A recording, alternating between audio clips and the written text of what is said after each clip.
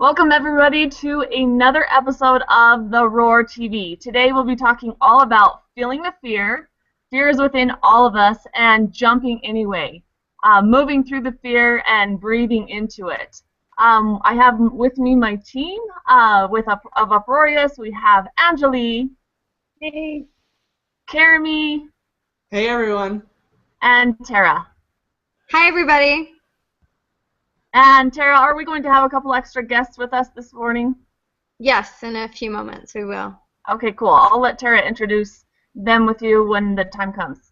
So we all got to have an amazing experience over the weekend. We created some opportunities for ourselves to dive through some fear just in our life. And we got to go skydiving. So I would love for each one of us first to share really what the fear is that we felt with that, and how it correlates to life, how just the tandem jump correlates to everything in life, of what we represent as your coaches and mentors of going through life. Anytime we're going to go through and have a big transition in our life, we're not going to go through it alone. Why would we go skydiving alone? It's the same thing. Same thing that we're going to have a coach strapped to our back. We're going to have somebody here to support us.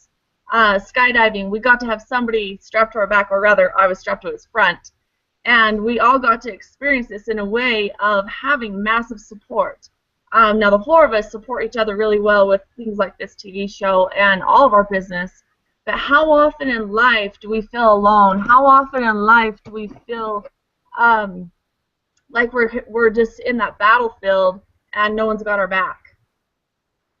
It can feel real. It can feel pretty damn intense some days.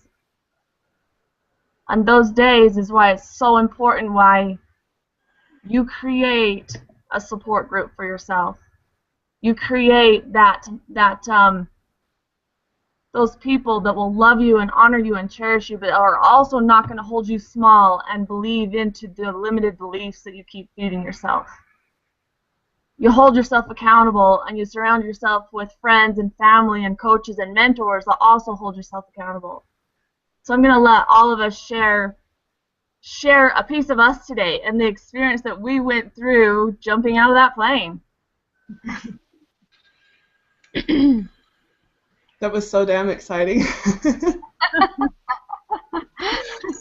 My experience. Are you going? Nope. Go, Karami. You got it. All right. My experience was interesting leading up to the events of actually jumping out of the plane, because I don't ever remember feeling like getting really into the fear.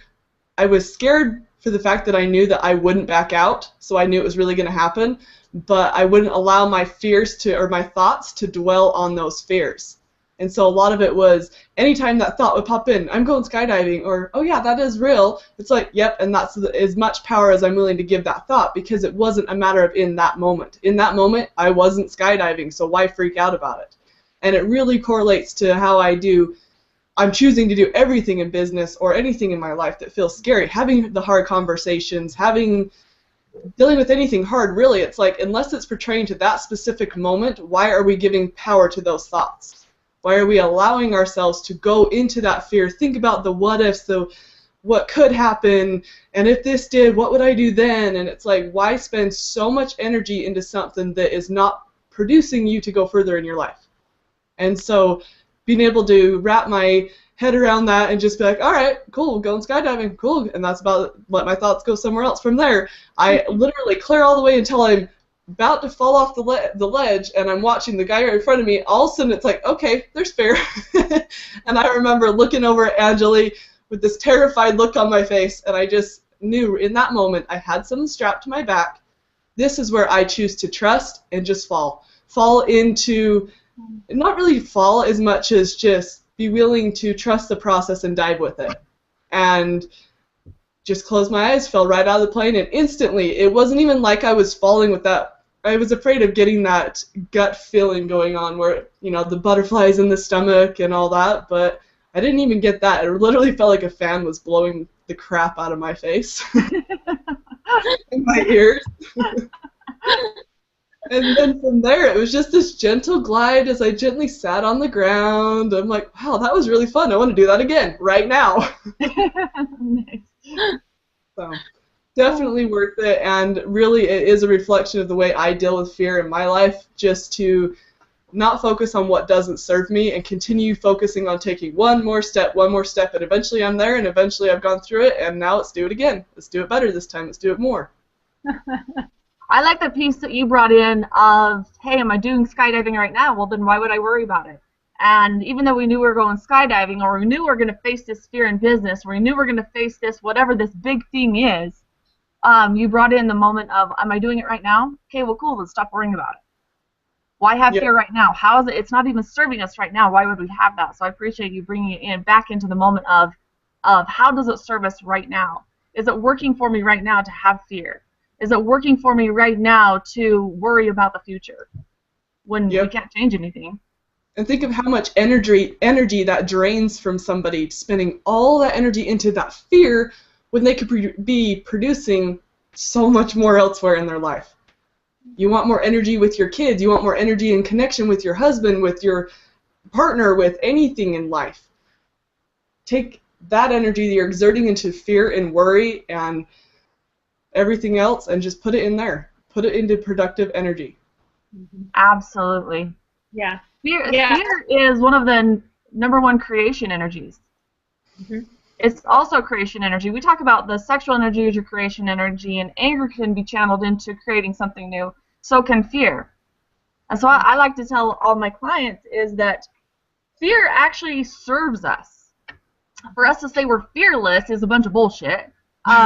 Everybody's going to have fear regardless. There's always going to be fear. We can talk about the tangible fear and the intangible fear. But it's silly to think that we would be fearless when we accept the fact that fear can be real, and we just get to move through it, and that the fear with breath serves us, but the fear without breath can be very paralyzing. Well, and that just brought up the thought about fear, false evidence appearing real. It is real, though. It is a feeling and an emotion. It's something that's flowing through you. Now, I thought fear was fuck everything and run. It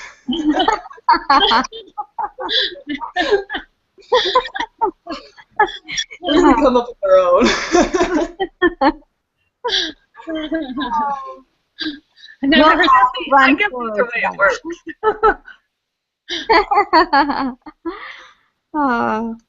Tara, what about you? This wasn't your first skydive. You had a totally different experience from your first time. It was completely different, and it's really interesting because my first time skydiving, and I'm fairly fearless in that I love to get scared with doing some of the stupid stuff that I do. And so I have a fear of heights, and I'm always like rappelling down 300-foot cliffs or going rock climbing, or doing all these things that really initiate this fear. When I went skydiving the first time, I was incredibly scared, and I just had this mind chatter which was going on all day of like, oh, you could still back out. You don't have to do this. You don't have to do this. What are you doing? You're going to die. You're going to die. You're going to die. And as soon as I jumped that first time, everything went completely silent.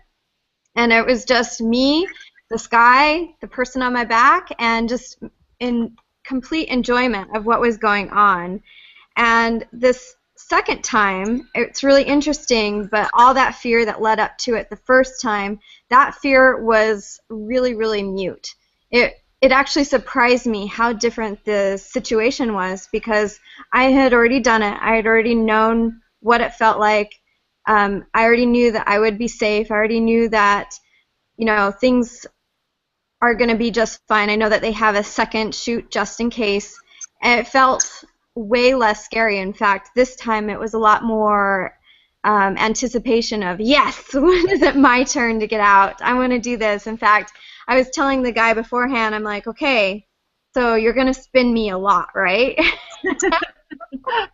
And we tumble out of the plane like head first and just roll down. Is that how we can do it this time? And it was really funny, but he was just like, What?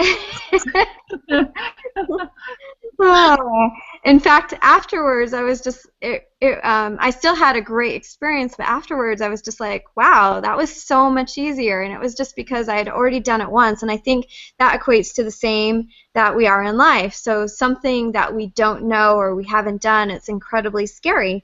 But once we've already done it once, we know what the outcome will result in, then things just aren't as scary anymore. And in fact, it just gets to be easy, kind of like just tying your shoe. It just gets to be something that's normal part of life. And going forward, now my big next step is to actually do this out on my own. So here I've had 2 jumps where I've been strapped into someone, and they were more responsible for my life than what I was. And that's kind of like having a mentor in life. You get to have someone who takes charge, tells you what to do, tells you, where to put your energy in, and different things like that, and someone that you can incredibly trust.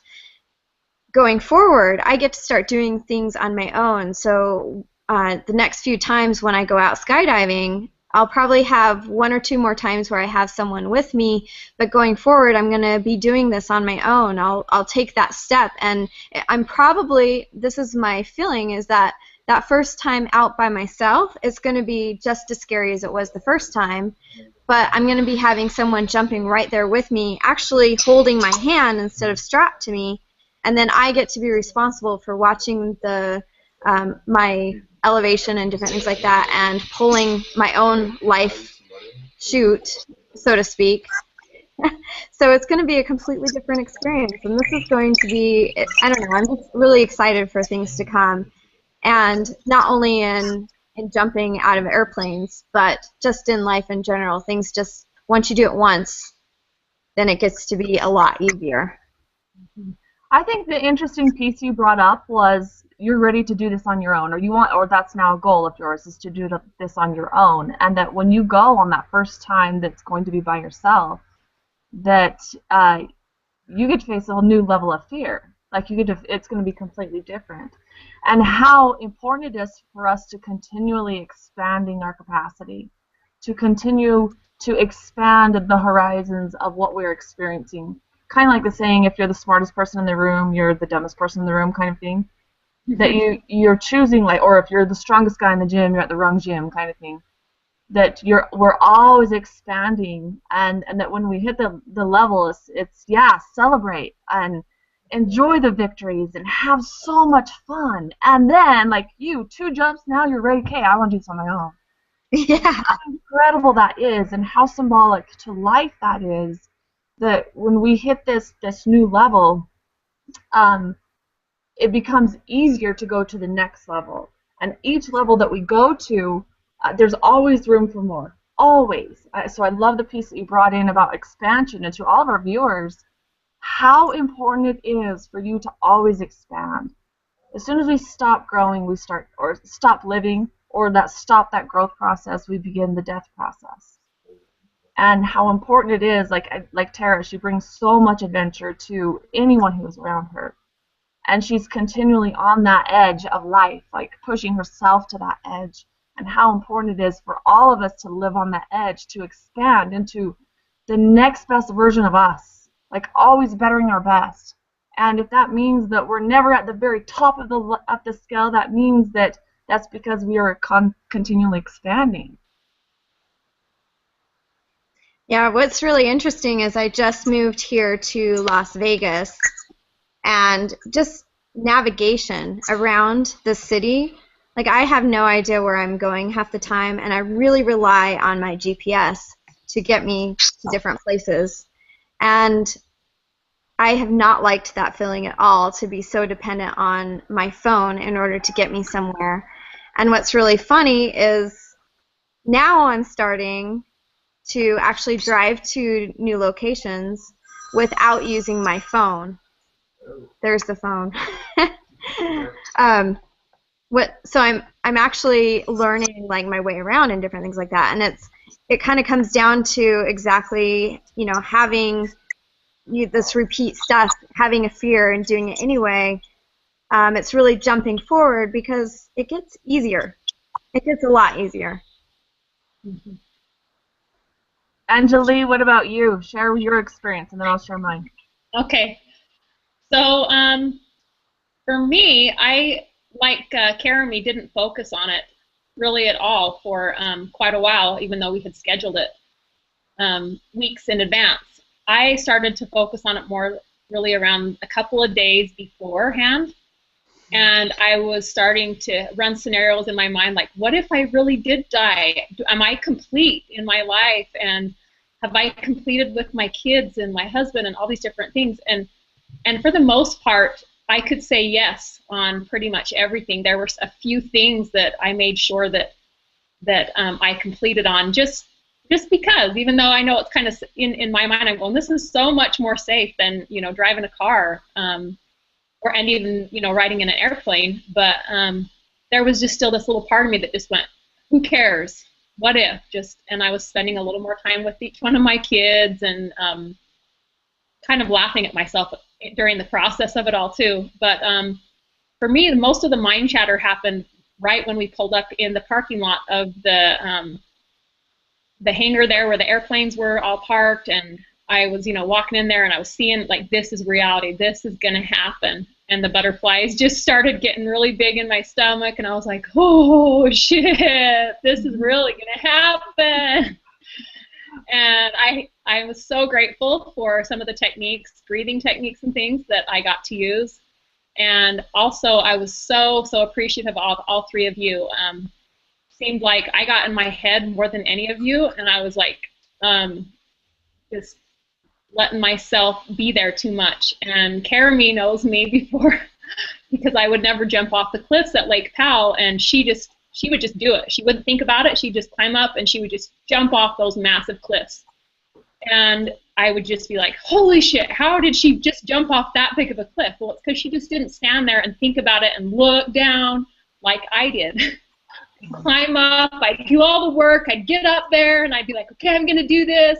And as soon as I got up there, I would like start getting in my head and looking over the edge and thinking, oh wait, this is really stupid. I shouldn't do this. This is not a good idea. And I didn't jump off anything very high in Lake Powell. And so Karami was very supportive of me skydiving. And she's like, okay, since only 2 of us get to jump at a time, you're gonna come up and you and me are gonna jump first. And I'm like, what? No way, I'm not jumping first. And Karami's like, you do it now. I know how you are. You can do this. You and me will jump first. It'll be way worse if you go the second round with Tara. So let's me and you go first. And I was scared to say yes to Karami, but I knew she was right. And I really appreciated her calling me out on that weakness. She knew me. She knew where I had been before. And the plane ride up was definitely the longest part. I just kept watching us go higher and higher and higher, and I was just like, oh my gosh, are you kidding me? We're going this high? What the hell? This is so freaking high. And I also really appreciated my instructor, Kevin. He was hilarious, and he would say things that would typically try to get you scared. Just to make fun of how scared people get. And I would laugh because for a second I'd go, really? No way. And he'd just laugh like, no, not really. I'm kidding. This is so safe. Yeah, he was trying to tell you it was his first jump as well. Yeah. Or his first jump with somebody. Mm-hmm. Right. He'd watched everything on YouTube there was to know about it, and I was going to be okay because of that. So the support that I had and the laughter was really helpful, and my support team, and then having somebody, you know, after all the laughter, he then told me, you know, I've done over 5,000 dives and blah blah blah, and this is just going to be a riot. You just don't really have to worry about anything but holding on tight. This is your first time, and you just get to have lots of fun. And I got scared for a minute when I saw the look on Karami's face, just about ready to fall out. The opening on the plane, she looked terrified for a split second. And I started laughing as soon as I saw her face like that. I just started laughing. And I watched my video at home, and I'm like, I'm laughing right there. It's because I'm terrified. Just saw how terrified the look was on her face, and I'm like, oh my gosh. In 2 seconds, I'm doing the same thing in 2 seconds. And literally, once I came out of the plane, it was so damn much fun. It was not scary for me at all. It's just so much fun. And just, it's so much like life. I could relate my whole experience back to how I've been in life and how scary the first time is. And we really make things so much worse for ourselves than it really, really is. And when you have that support around you, it is I would never, ever would have done this if I did not have my support team with Uproarious Life and the instructor that could be right there attached to me and doing all that stuff. I never would have done something like that. So amazing. Okay, come here. All right, I'm going to interrupt you. Or just somebody that's going to jump out of the plane in front of you. Yeah, Christopher. Well, static line, not a lot of free fall. So anyway, I'll introduce a couple people here, actually. Where's Travis? So I'm hanging out today with the Adventure Combat Ops team, and this is a team that they kind of specialize in scaring people. And Tara, how did we meet them? I'm pretty sure Chris jumped out right before me. Exactly. So they're about to head out of Vegas today, but do you want to come here for a moment? Come here. So tell us a little bit more about Adventure Combat Ops. And Christopher, he jumped out of the same plane Tell us about the fear tactics. Fear tactics? No, it's not about necessarily fear tactics. It's a completely it's a sensory overload. It's an immersive experience where people get to get the rush and sensation of combat without actually any of the real danger. That's kind of where a lot of the special effects and everything come in, is it making it an immersive experience.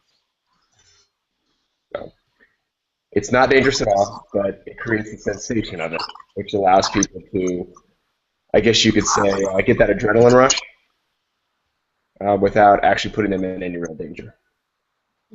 So they get to face fear without being in real danger. I mean, in a situation like that, I would imagine fear would come up for people.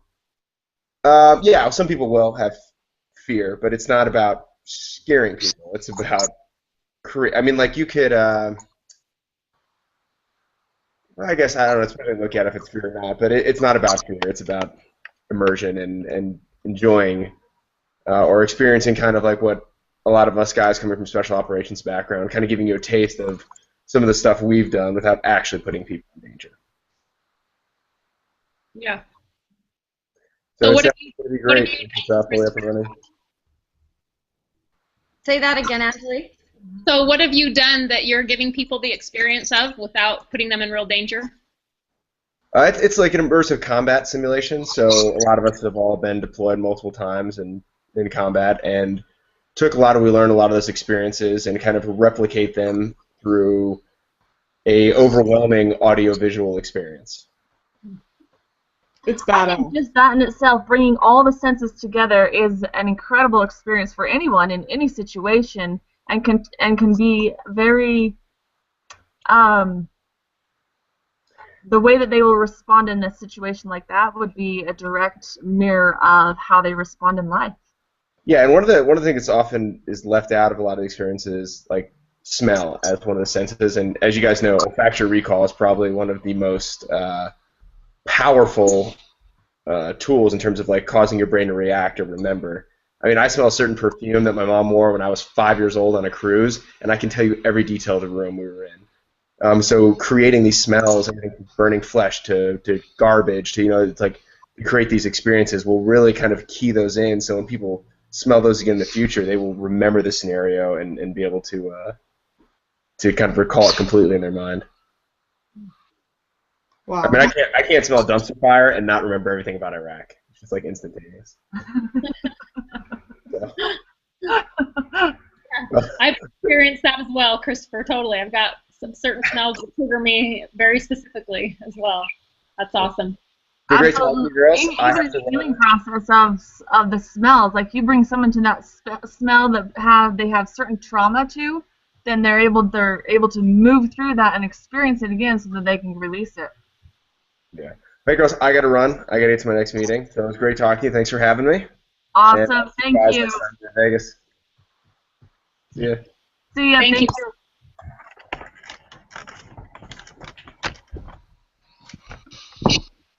And I'm back. So viewers, there was one piece that Angelique brought in that I want to capitalize on and expand upon, and that was how important humor is. How important it is that we allow ourselves to laugh, and how Angelique was saying for her it was the laughter really helped. The laughter really helped for her to move through it. And how often do we think we face this big thing in our life, whether it be an intense conversation with your lover, or something you get to face in business, or something that you get to go face and stand up and be the voice for your kids, or anything, like anything. We do anything that we're faced with that big energy of fear. And how often do we think that it's so serious, right? Life is so serious. And we forget that piece of laughter. I mean, I know that I've been guilty of this. I know that I have a tendency to take life on in a more serious tone. Those are some patterns that I picked up from as a youngster, feeling like that we shouldn't laugh so much. In fact, one of the beliefs was that if we were laughing too much and having too much of a good time, then we were not respecting our higher power. And it's crazy. What a crazy belief. And it has controlled me. I've allowed it to control me and control my experiences for a long time. But how important that is, and we as uproarious, all four of us, that's how we're changing the game. Like, the learning gets to be fun. Literally tons of humor. And how important it is to bring that piece into our learning and to our growth and our expansion. Exactly. That was actually very, very huge piece in helping me to continually shift and move as I felt big waves of fear. I would just laugh and then breathe, and then laugh and then breathe more. And you girls would add to whatever he would say. You know, he would make these jokes, and then you girls would just add to it, and then I would just laugh and laugh. Really funny when the one instructor, my instructor, put me down on this bench, and he's like telling me what to do, but he's really just messing with me. So we go up to the plane, and Angelique's going, I didn't get that instruction. I didn't get that instruction. Wait. And I'm like, don't worry about it, Angela. You don't need it. And she's freaking out because she's thinking, I need instructed. My instructor didn't do that. He didn't have me lay on a bench and show me how to Because it was his first time with another person. I'm like, really? This must be his first time. He doesn't know what he's doing. Clarissa, I want to hear your experience. Yes. So for me, it was really different. I don't know if it was something like I didn't have a lot of fear moving up to that day. I didn't experience a lot of it. In fact, at first, when we chose to create this, I was going to use it as a type of death process, and I got to complete whatever I got to complete in my life. And whatever got to be completed, I got to have done before I was going to go. And that in itself is powerful, but about a week before we left, I just came to the realization of hearing my own self speak to myself, saying, you know, this is just another day in your paradise. This is another day in your paradise. Go have fun. Go explore. Go enjoy. And truly, with all the work that I've done around death, with the death of my son, and moving through what death is to us, to the living, perhaps it would be some of that work that I went through. Perhaps I could attribute it to that. But in the space, when I heard myself that this was just another day in your paradise, and truly believing that there is no death, which is another topic for another time, maybe that's what assisted me through it all. And I was observing myself. Even the colors that I wore was so unique, and how I got to move forth, and the colors I wore would ground me in the moment. And just little things that I had thought through for myself, and how it was a mirror to me of sometimes I'll go through fear or step through into some new big great awesome project or something with blinders on. At times I would feel like I have blinders on, like I this is what I get to go do, and this is what I'm gonna go experience, and I will kind of forget about everything else. And so it becomes more about the destination than the journey. And so I got to recheck back in with myself that this is all about the journey. And so I was enjoying the laughter. I had the same instructor that Angelique did, so I got to, Tara and I jumped together. And he was just humorous, and I was dishing it back to him, and we were just back and forth, and it was a lot of fun. I really appreciated the humor in everyone in that moment. And then right as we sat on the edge of the plane, in fact, before we got up, he's like, do I have a permission to push you if you say no? I says, I'm not going to say no. He's like, but do I have that permission? I'm like, yeah, you totally have that permission. Let's do it, you know? And we were sitting on the edge of the plane, and my legs were dangling over, and I just looked down, and I just had the butterflies for just such an instant. And then he's like, okay, let's go. I'm like, okay, let's, and it was just that. And then we were falling, and it was just, I guess what Tara described it as being just silent. Like I didn't have a lot of chatter before, but it truly was, it doesn't matter what happens next. What matters is that I made this step. What matters is that I took this step, that whatever it was, and even that symbolic to my life, was to just take that next step. And then whatever gets to happen next, it's kind of like the plan's just laid out. And it was just like trusting me and trusting in the process of life and death, or the illusion of life and death. And then as the chute opened, I remember feeling like, it's just like everything was like, my senses were, what's the word? Maybe magnified. Like all my senses seemed to be magnified up there. And then he gave me the reins, and I was steering for a while, and then we went into what's called a stalling. I don't know if that's what they do, but he's like, let's fall again. So I'm like, okay, cool, let's do that again, but we can't do it too long because then the chute collapses or something like that. And just everything, I had this neck warmer that was blowing up in my face, and that was probably the biggest thing, and I kept pulling it down. Then it just stayed in like, what the fuck, I'm just gonna be a bandit kind of feeling. and I just left it, and it was so kind of surreal, almost as though I wasn't doing it, almost like I wasn't myself, but I was myself. I'm not quite sure how else to put that in words. And so then we got to the ground. The landing was beautiful. Everything was beautiful. I remember even breathing up in the air as good as I could breathe.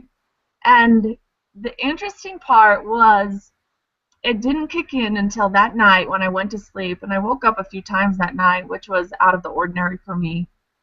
Woke up with the feeling of, I could have died, but because I have the belief that death doesn't seem to be so real, and I know that's a deeper concept that's not really about the show, but it kept coming up for me. It's like, could I have survived that? Could I have survived if I had gone by myself? How important it was to me to have friends to go with. I mean, including the guy that I was strapped into, but how important it was to me to have surrounded myself with these beautiful, powerful women. I'm getting emotional because it was so real to me that night as I woke up in the middle of the night, and feeling how important it is that we all surround ourselves with support. And we speak about support in a coach and a mentor way because that's who we are, that's what we do. And we do it in a way that is fun and humorous. And in that moment, I just had so much gratitude for the ladies I'm creating with, and for all the lives that we're touching with all that we do, and that we continually face through shit that we don't know how to do. We continually face through those new obstacles. We don't know how to do everything, but we're willing to find a way. We're committed to find a way. And the four of us together are here for you to do that as well. And any of you that are watching this, men and women, I highly invite you to reach out to us. We have a 6-week course that starts this week. There is still time. You can still jump on if that's something that you choose to be a part of. And it's about developing personal power. But the power even behind your personal power is the people you surround yourself with. Absolutely. Thank you so much, Clarissa. That was so awesome to hear everybody's different experiences, because I feel like each one of our experiences were so different, and each one brought a whole different perspective to hopefully our audience, different people that are watching this. You know, we're all going through different stages in our lives, and I bet each one of you can relate to one of us and what you're facing in life right now. And no matter what, fear is a real emotion that comes up for all of us, and every time when I have stepped through that fear, it has propelled my life forward into a greater, grander version of discovering myself and what I was capable of and the life that I was capable of living. And the fear itself is an illusion. It's like this uncomfortable feeling that people back away from. And I've realized that, I'm getting a lot of fear over this. This is one of those things that is very, very crucial for me to face and embrace it and find support so that I can step through this particular thing, because that is one of the very most important keys to me expanding and stepping into the greatest version of myself in my life. So I appreciate all of you women as well. You guys have been huge part of me doing things and expanding my business and who I am. Oh, it sounds like we're getting a little bit of an echo. We are about 7 minutes over. It's worth every minute of it. We appreciate all of you watching live, for your time out to educate yourself and expand yourself and face that fear, step into it. Thank you, everybody. Catch the recording, everybody, live, and we'll see you next time. Bye.